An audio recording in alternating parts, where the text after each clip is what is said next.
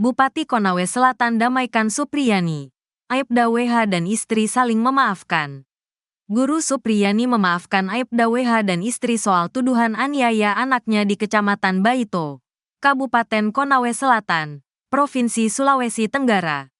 Diketahui karena kasus ini, Supriyani sempat ditahan di Lapas Perempuan dan Anak Kota Kendari hingga menjalani sidang di Pengadilan Negeri Andulo.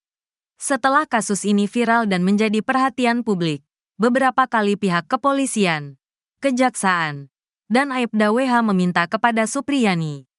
Hal tersebut dilakukan agar kasus ini berakhir damai saja tanpa harus berproses di pengadilan. Akan tetapi mediasi tersebut tak pernah menemui titik temu. Hingga kemudian, pada Selasa, tanggal 5 November tahun 2024, Bupati Konawe Selatan Surunudin Dangga menginisiasi pertemuan antara Supriyani dan Aibda WH. Dalam pertemuan itu, keduanya sepakat untuk berdamai dan saling memaafkan. Kuasa hukum Supriyani, Samsudin mengatakan pertemuan itu merupakan inisiatif dari Bupati Konsel. Pertemuan tadi itu inisiatif Bupati Surunudin untuk mencoba mendamaikan keduanya. Ujarnya, Selasa, tanggal 5 November tahun 2024. Kata Samsudin, upaya damai itu dilakukan supaya tidak ada riak-riak di Desa Baito, Kecamatan Baito. Apalagi dua orang ini kan warga Desa Baito, kata Samsudin. Intinya Pak Bupati menitik beratkan pada keamanan di Baito. Apalagi ini menjelang Pilkada 2024 jangan sampai karena kejadian ini ada yang memanfaatkan untuk adu domba di sana itu yang dihindari. Lanjutnya. Kendati demikian, kata Samsudin, proses hukum kasus ini tetap berjalan di Pengadilan Negeri Andulo. Proses hukum tetap berjalan, tapi tadi Pak Bupati menyampaikan kepada Kejari dan berharap kasus ini dihentikan. Tadi juga Supriyani sudah memaafkan Pak Bowo, jelasnya.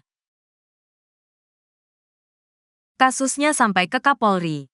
Aibda Wibowo mendadak minta damai. Aibda Wibowo Hashim dan FN selaku orang tua murid alias korban yang laporkan guru Supriyani kini mendadak minta damai. Diketahui imbas perkara Supriyani ini banyak guru takut menegur murid lantaran khawatir mendapat tuduhan yang tak mendasar.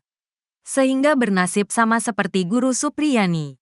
Kasus guru Supriyani tersebut menjadi perhatian publik luas hingga Komisi 3 DPR RI berencana memanggil Kapolri Jenderal Listio Sigit Prabowo. Bahkan Komisi 3 DPR RI memanggil Kapolri guna mendiskusikan kasus dugaan penganiayaan yang menyandung guru honorer bernama Supriyani di Kabupaten Konawe Selatan, Konsel, Sulawesi Tenggara, Sultra. Setelah dugaan kasus penganiayaan tersebut terus bergulir dan berimbas panjang, kini Aibda WH bersama sang istri seolah merasa takut akan berjalannya kasus. Padahal Aibda WH dan FN bersikeras sejak awal untuk memperkarakan kasus guru Supriyani ini ke jalur hukum. FN mengaku tak terima jika sang anak dipukul guru Supriyani. Gegara tak menulis saat diberi tugas. Bahkan, beberapa kali guru Supriyani datang ke pihak Aibda WH untuk meminta maaf. Namun sang polisi ini tetap pada pendiriannya untuk memperkarakan guru Supriyani. Lantas, apa yang membuat pihak WH kini ngotot meminta damai?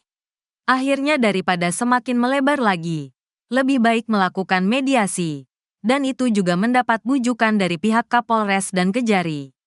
Hal ini juga diketahui tokoh agama, kata Laude dikutip dari wawancara khusus dengan Tribun Sultra pada Sabtu, tanggal 2 November tahun 2024. Karena itu, lanjut Laude, pihak korban menyerahkan permasalahan ini kepada orang-orang yang dipercaya, daripada masalahnya menjadi kemana-mana. Mereka akhirnya terima saja. Namun, catatan dalam mediasi itu kan permohonan maaf dan mengakui kesalahan. Sebenarnya yang dikejar dari keluarga korban hanya satu, yakni Ibu Supriyani mengakui kesalahannya, katanya. Lalu, kenapa saat guru Supriyani meminta maaf sebelum ditetapkan tersangka, tapi pihak keluarga menolak?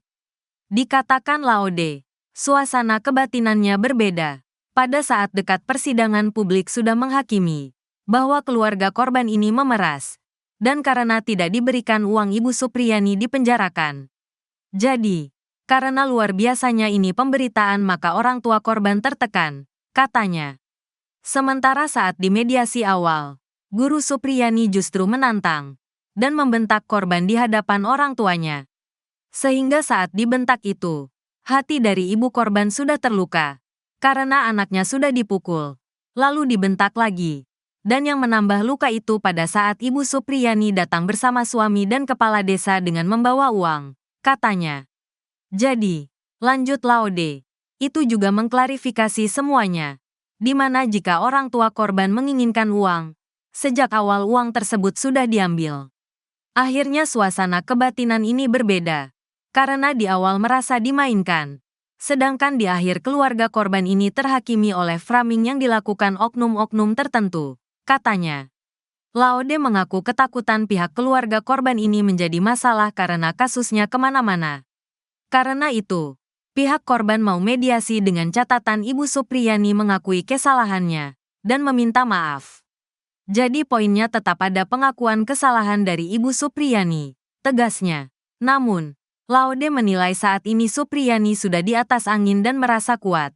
Maka dari pihak korban tetap teguh juga untuk melanjutkan. Kami ingin membuktikan apa yang sebenar-benarnya terjadi bahwa memang terjadi pemukulan. Kita menyelesaikan masalah ini dengan cara-cara yang mulia. Sehingga kita juga berharap dalam keadilan ini dari terdakwa ada keinsafan, tidak lagi melakukan perbuatan. Jadi, itu saja sebenarnya yang ingin dikejar. Tujuannya mulia kok. Namun, masalahnya Ibu Supriyani ini tidak mau mengakui lagi, katanya. Apa yang membuat yakin kuasa hukum dan pihak keluarga korban bahwa Ibu Supriyani ini bersalah? Menurut Laude, alat-alat bukti yang dihadirkan jaksa penuntut umum di sidang memiliki kekuatan dan saling mendukung satu sama lain atau relevan, termasuk keterangan-keterangan saksi anak. Saya kira jika tidak ada kejadian, penyidik juga tidak mungkin menaikkan kasus ini sebagai penyidikan, penetapan tersangka hingga penuntutan oleh jaksa. Alat-alat bukti ini saya kira sudah teruji di pengadilan, baik itu luka maupun kejadian, dan itu kita yakini. Bahkan kalau kita melihat dari sikap Ibu Supriyani sendiri dia mengaku, tegasnya. Laude juga membantah saat mediasi awal Guru Supriyani mengaku karena tertekan. Kita harus bisa membedakan bagaimana orang menangis itu karena tertekan, dengan menangis karena bersalah. Kalau menangis tertekan pasti menangisnya sambil terduduk, karena lagi memendam sesuatu. Sedangkan menangisnya Ibu Supriyani itu memeluk ibu korban, sambil meminta maaf, tukasnya.